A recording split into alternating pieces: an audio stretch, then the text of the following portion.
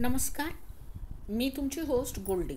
मी तुम्हाला याआधी दाल प्रेमिक्सची दाल, मठरी, त्यानंतर अजून वेगळे 2-3 आयटम्स दाखवले आहेत. पण आज मी तुम्हाला दाल प्रेमिक्सची इन्स्टंट चकली दाखवणार आहे. तर आपण स्वयंपाकघरात जाऊया. कढईत मी आधीच तेल ठेवून दिलेलं आहे आणि याच्यामध्ये मी 3 कप मी तांदूळाचं पीठ घेतलं. 1 कप मी हे दाल प्रेमिक्स घेतलेलं आहे आणि त्यानंतर त्याच्यामध्ये फुटाण्याच्या डाळव्याचं पीठ बारीक करून घेतलं आणि हे सगळं चाळून घेऊ, कारण दाल प्रेमिक्समध्ये मोहरी वगैरे असते, ते निघून जाते.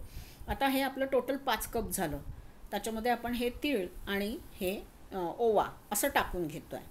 आता या स्टीलच्या कपाने 5 कप झालं म्हणून आपण मिठही टाकतो आहे त्याच्यात आणि त्याच्यात आपण 5च चमचे आपण मोहन टाकतो आहे तुपाचं. तर हे तुपाचं मोहन गरम करून घेतलं आणि हे टोटल 5 कप घातलं आणि याला हाताने छान मिसळून त्याचा मुटका वळेल असं ते मिसळवलं आहे आणि आता याला छान भिजवून घेतलेलं आहे.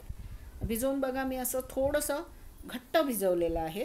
एकदम नरम नाही आणि एकदम कडक पण नाही, पण छान असं भिजवलं आहे. आणि साच्यात घालून मी खाली चकल्या पण काढून घेतल्या. तेल छान गरम झालं. सुरुवातीला अगदी गरम तेलात चकली टाकायची आणि नंतर थोडासा गॅस कमी करून मीडियम आचेवर या चकल्या तळून घ्यायच्या. या चकल्या जास्त तेल पीत नाहीत, आतून अतिशय पोकळ होतात. शिवाय ही स्नॅक्सची रेसिपी असल्यामुळे 2-3 महिने छान या चकल्या राहिल्या तर खराब होत नाही, टिकतात.